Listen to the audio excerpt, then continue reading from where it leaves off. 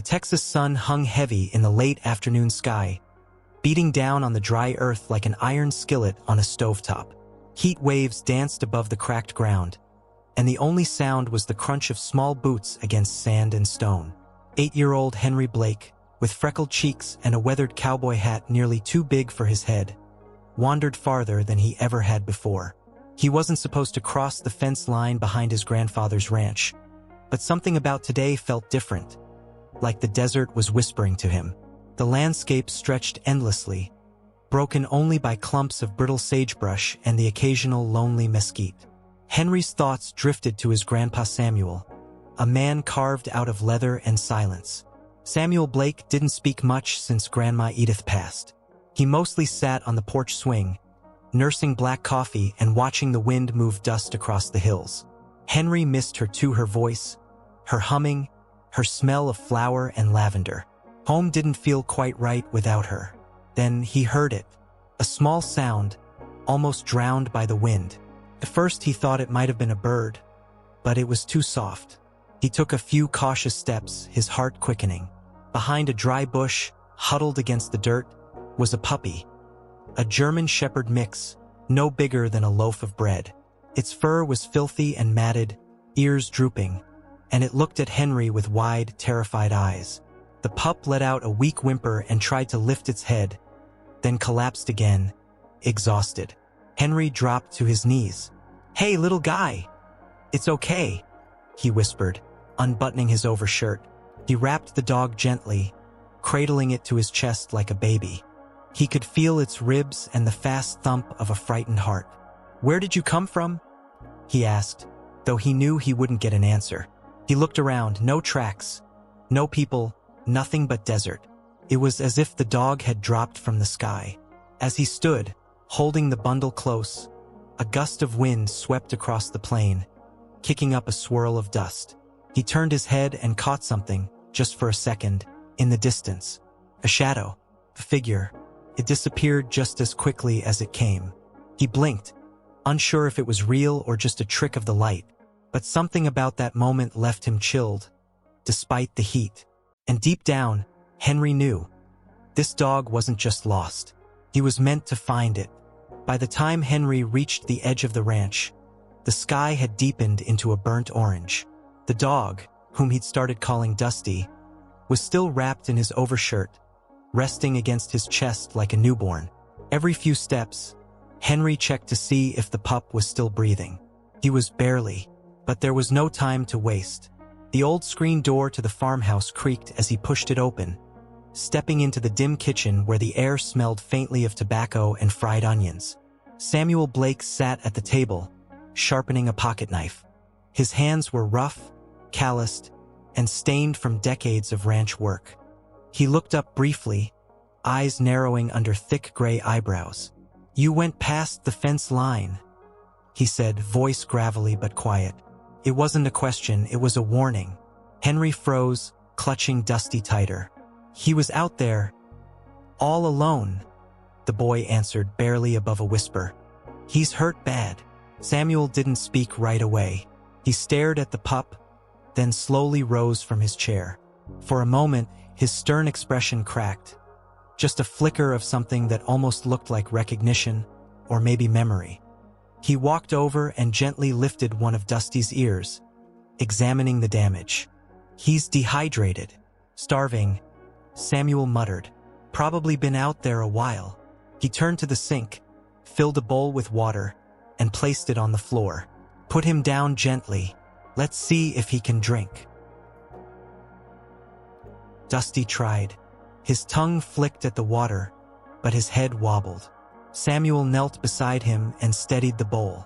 Henry watched, heart racing, hoping the old man might actually care. Samuel didn't say much, but Henry noticed how carefully his grandfather touched the pup, how he kept his hand under Dusty's chest to support him as he drank. "We'll need to get him some food. Something soft," Samuel said finally. "I'll check the cellar."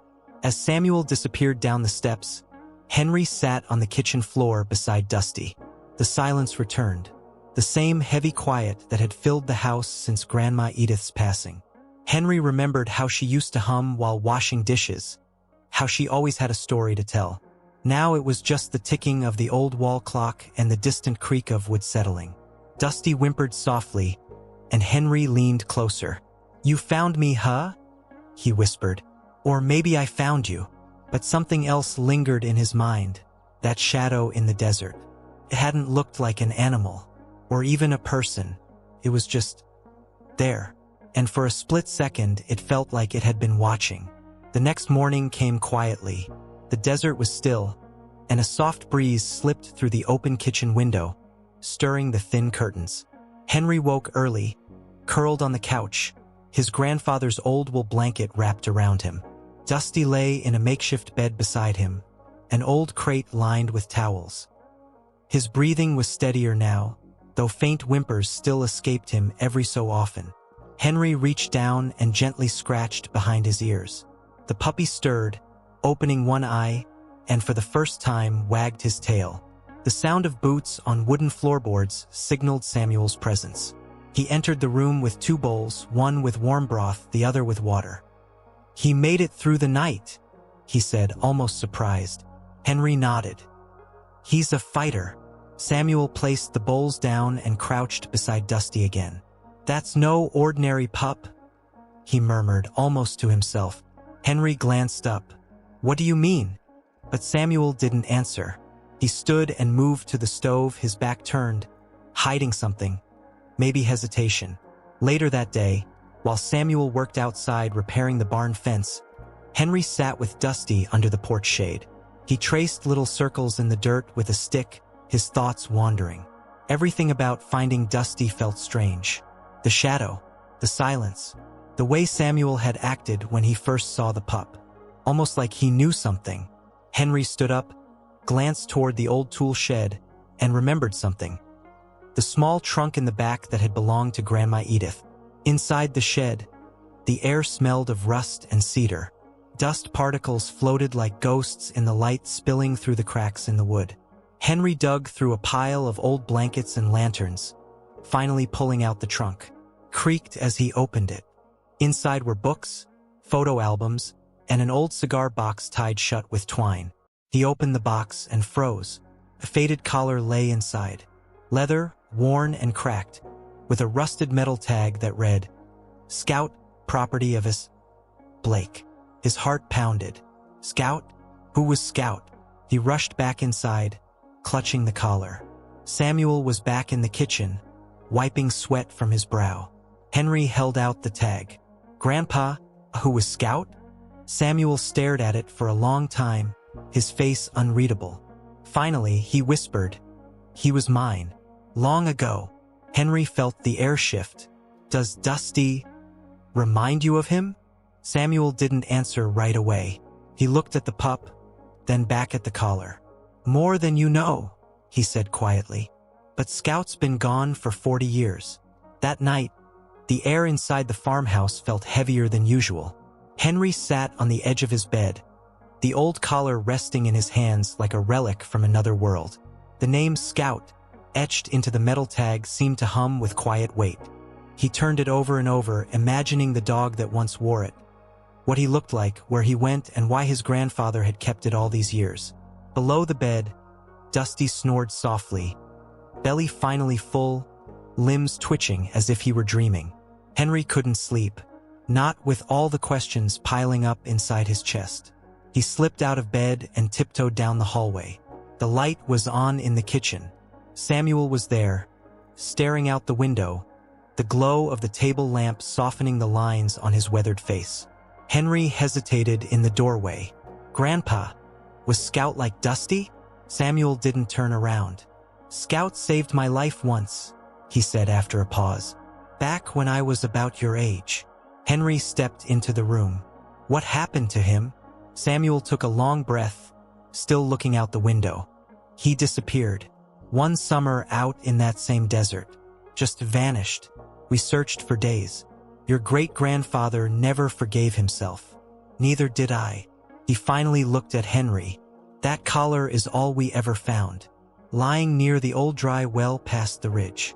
The room fell quiet, the only sound the ticking of the clock and the low hum of the refrigerator. Henry swallowed. Do you think Dusty could be related? I mean, they're the same kind of dog, right? Samuel's eyes narrowed slightly, but not with anger, more like disbelief. That would be one hell of a coincidence, he muttered. Scout was born in 1965.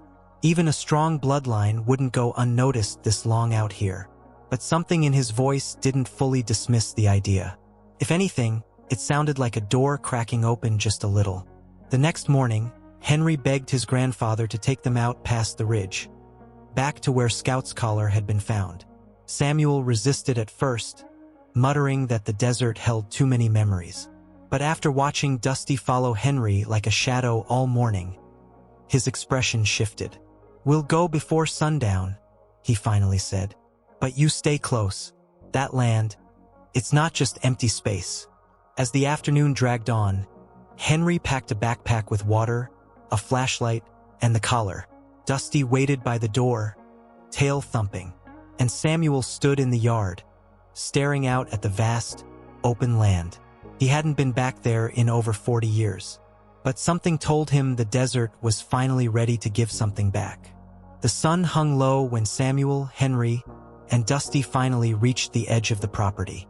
Beyond the rusted cattle fence, the land sloped downward into a dried-out basin where twisted trees clung to life and the wind whispered low and constant.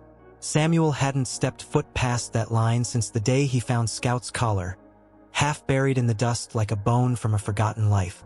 Now, as he stood staring into the open desert, memories crept in like shadows he couldn't ignore. Dusty trotted ahead, ears alert, tail wagging slightly, as if he knew exactly where to go. Samuel and Henry followed in silence, their boots crunching over dry weeds and brittle stones. After about a mile, they reached the edge of a shallow ravine. At the center, barely visible beneath thorn bushes and wild grass, lay the old dry well, nothing more than a ring of sun-bleached stones surrounding a black, empty throat in the ground. Henry stepped closer, the collar clutched in one hand. "Is this where you found it?" he asked. Samuel nodded, his eyes distant. "Right there, sitting on the edge. No blood, no tracks, just the collar." He crouched beside the well and touched the stones. This place always felt wrong, still does. The wind picked up, sending a low whistle through the mouth of the well. Dusty let out a low growl, then barked once, sharp and sudden.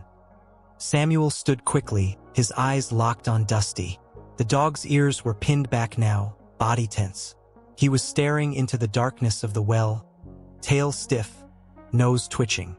"He senses something," Henry whispered. "Maybe it's just an animal," Samuel muttered, but even he didn't sound convinced. Henry took a step forward, but Samuel grabbed his arm.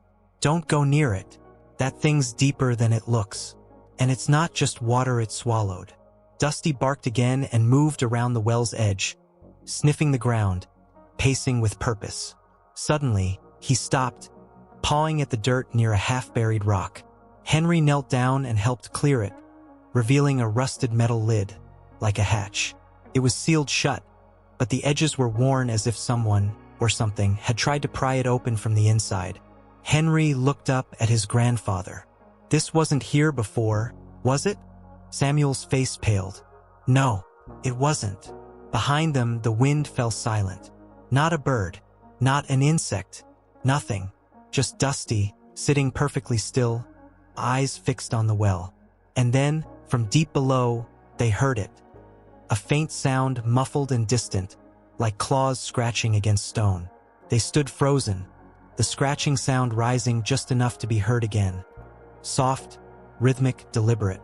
Henry's eyes widened as he clutched the old collar tighter, its worn leather suddenly feeling heavier in his hands. Dusty growled low, but didn't bark this time. He simply backed away from the edge of the well, eyes locked on the sealed hatch like he recognized whatever was beneath it. Samuel dropped to one knee, pressing his ear near the lid. The sound stopped. He pulled back quickly, startled more than he wanted to admit.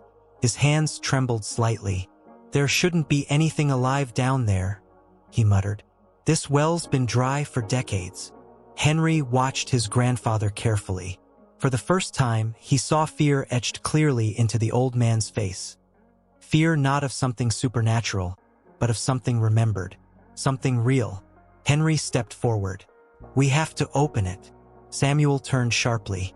"No, absolutely not." His voice cracked more from emotion than authority. "This place, it took something from me once. I'm not letting it take anything more." But Henry didn't move back.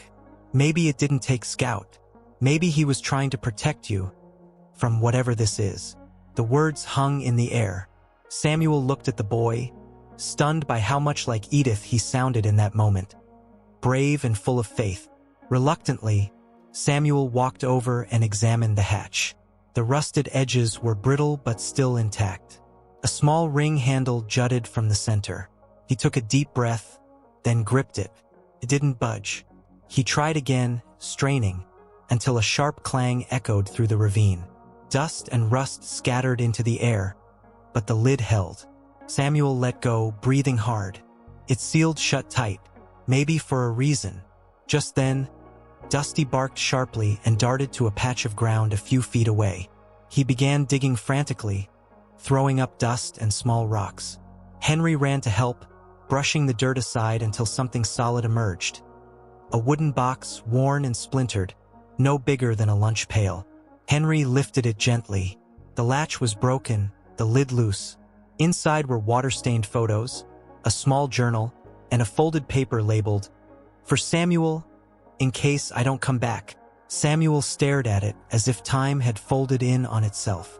"That's my father's handwriting," he said, barely audible. His voice cracked again, this time with grief that had waited a lifetime. "He never told me he came back here after Scout disappeared." Henry handed him the note. "Maybe this isn't about what the desert took from you," he said quietly. "Maybe it's about what it's trying to give back." Samuel sat on a flat rock near the old well, holding the folded paper with both hands as if it might disintegrate. The desert was still again, but the silence no longer felt empty. It felt expectant. Henry watched quietly, seated next to Dusty, who lay curled beside him with his chin resting on Henry's boot. Samuel finally opened the paper, his eyes scanning the faded ink. His jaw clenched, his fingers tightened on the edges. The letter was dated July 3rd, 1982. "Son," it began, "if you ever find this, it means something has called you back to the well. I never wanted you to know the truth, but maybe I was wrong."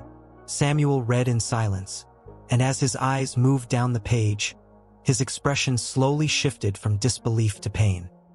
His father had come back here after Scout disappeared, alone, and what he found he never told a soul.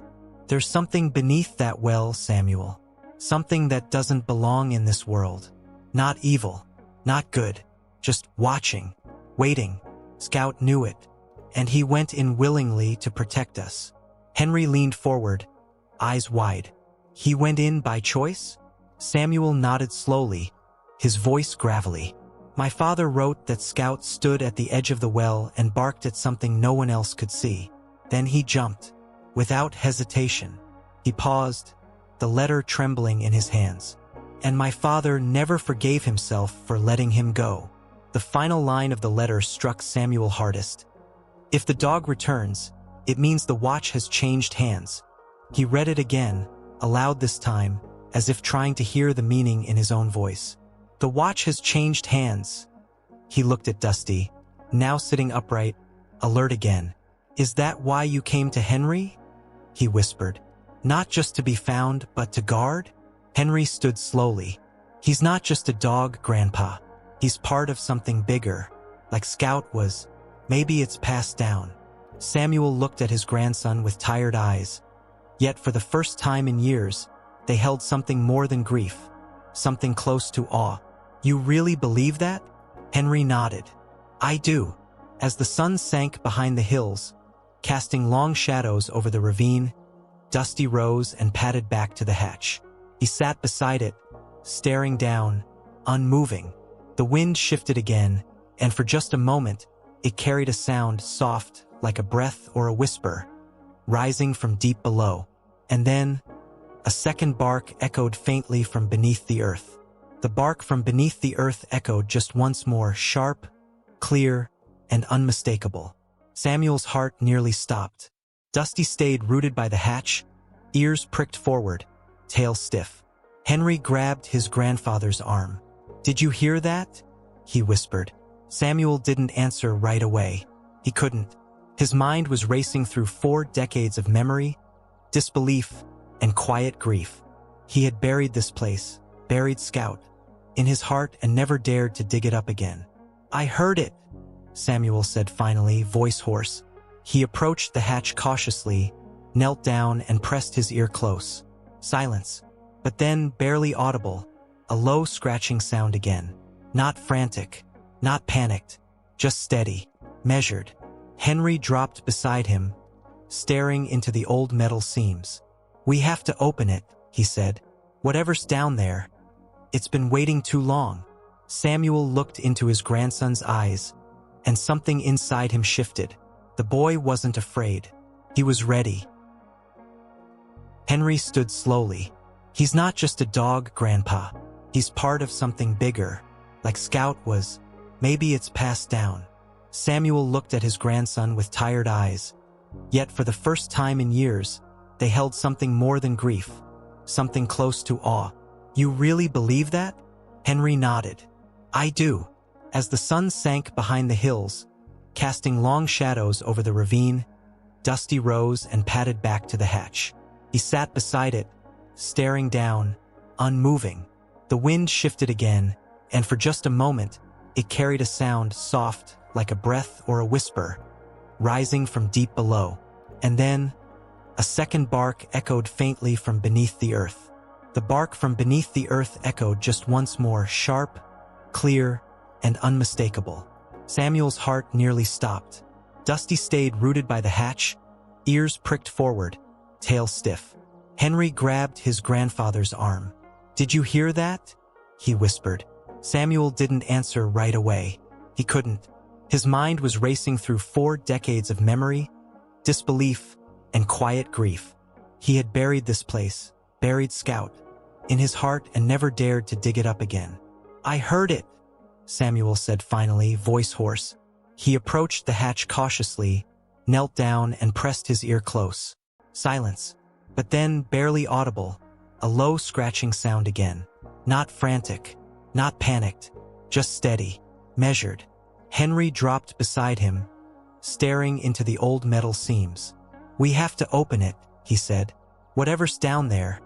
It's been waiting too long." Samuel looked into his grandson's eyes, and something inside him shifted. The boy wasn't afraid. He was ready. With a grunt, Samuel retrieved a pry bar from his tool belt. The metal groaned as he forced it into the rusted gap between the lid and the frame. Dusty stood beside them, unmoving. After a few tense minutes, the hatch creaked loose, releasing a stale breath of cold air. It smelled of stone and time, like the inside of a cave that hadn't been touched by sunlight in ages. Samuel paused. "You stay behind me," he warned, his protective instinct taking over. Inside, a short stone tunnel led downward, part natural, part carved by hand. The air was damp and strangely still. Henry followed close, flashlight in hand, the collar of Scout stuffed into his jacket pocket. As they descended, the passage opened into a wide underground chamber, the walls etched with markings. Some initials, some symbols, and one word scratched repeatedly into the stone. "Guard." At the center of the room, resting atop a slab of rock, was a second collar. It looked nearly identical to the one Henry carried, except this one was newer, clean, polished, and glinting faintly in the beam of the flashlight. Samuel approached it slowly, heart pounding. There was no dog, no bones, no sign of a body, only the collar placed as if by careful hands. Henry picked it up and turned it over. On the back of the tag were 3 words etched cleanly into the metal. "He never left." Samuel stared at it, his breath caught in his throat. "He's been here all this time," he whispered, and behind them, from the entrance tunnel, Dusty began to growl. Low, protective, unmoving. Dusty's growl deepened, echoing off the stone walls like a warning bell. Samuel stepped protectively in front of Henry, instincts honed over a lifetime snapping into place. "Something's here," he muttered, eyes scanning the shadows that curled in the corners of the chamber. The air was thick now, pulsing with an energy Henry couldn't explain, but he could feel it, in his bones, in his chest, like time itself had slowed to a crawl. Then, from the far end of the cavern, a shape began to move. Not a beast, not a man, just a silhouette, silent, watching. For a moment, Henry was too scared to breathe.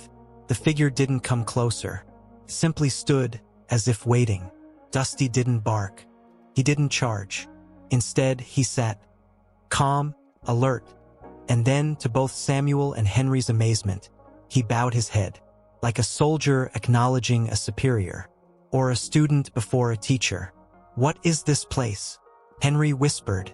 Samuel looked at the glowing collar still in the boy's hand. "It's not just a tomb, it's a threshold." His voice trembled, not from fear, but from understanding. Scout never died. He stayed, chose to remain, guarding whatever this is, guarding us. He turned to Dusty, realization dawning. "And you were sent because the watch had changed. You're the new guardian." Dusty rose slowly and walked toward the shadow. No fear, no hesitation. His tail swayed once, like a silent farewell. The shadow stepped back into the darkness, and Dusty followed until both figures faded completely from view. Then nothing. The silence returned, but now it felt sacred, not empty. Henry stood frozen, clutching the collar. "He's not coming back, is he?" Samuel's eyes were wet. "No," he said softly. "He found his purpose, just like Scout." He walked over to the stone slab and placed the old collar next to the new one. "We were never meant to understand all of it, only to honor it." His voice broke slightly. "I spent my whole life running from this place, angry about what it took, but it didn't take anything. Protected us, at a cost." Henry stepped beside his grandfather. "Then we protect it too." The boy's voice was steady, calm. Samuel looked at him, finally seeing not just his grandson, but a continuation of something larger, something that stretched back through generations. As they turned to leave the chamber, a warm breeze passed through the tunnel, strange in such a cold place, and with it came a sound both familiar and impossible. Two barks, one near, one faint, but both in harmony. The walk back to the ranch was quiet. Samuel and Henry didn't speak, but they didn't need to. Something between them had changed, grown stronger. The silence wasn't heavy this time. It was reflective, like the hush that follows a long-awaited answer. Above them, the stars began to appear, crisp and bright against the open Texas sky. Samuel carried the journal and the collars. Henry held the letter, folded gently in his pocket like a sacred promise. When they reached the porch, Samuel paused before stepping inside. He looked back at the darkness beyond the hills, where the old well sat beneath the stars. "I used to think the land just took and took," he said. "But now I know it also remembers. It watches. And sometimes, it returns what you've lost in ways you never expect." His voice cracked, but he didn't look away. "Scout never left. He waited for me to be ready." Inside the house, the air felt warmer. The old silence that once haunted the rooms had been replaced with something gentler. Henry placed the journal beside the family photo of Edith, Scout, and a younger Samuel, one he had never really known until now. The pieces of the past were finally coming together, not just through stories, but through something real, living, breathing, eternal. In the following days, Samuel became a different man. Not louder, not more talkative, but present. He worked with Henry side by side, mending the fence, fixing the barn door, teaching him how to rope and ride. There was a lightness in his step, as if a great weight had been lifted after decades in the dark. He even found himself whistling while cooking breakfast, something he hadn't done since Edith died. Henry, too, changed. He still wandered the land, but now he did so with a quiet confidence. Sometimes, at dusk, he'd walk out near the ridge alone and just sit in the grass, watching the horizon. and every so often, he swore he heard footsteps or the faint rustle of paws in the brush behind him. He didn't turn around. He didn't need to. He knew Dusty was still there. Somehow, on the night of Henry's 9th birthday, they buried the two collars under the oak tree near the back pasture. No words were said, no prayers, just silence, the good kind. And as they stood there together, under a sky full of stars, a soft breeze moved through the tall grass. From the darkness, a single bark echoed, distant and proud. And this time they both smiled.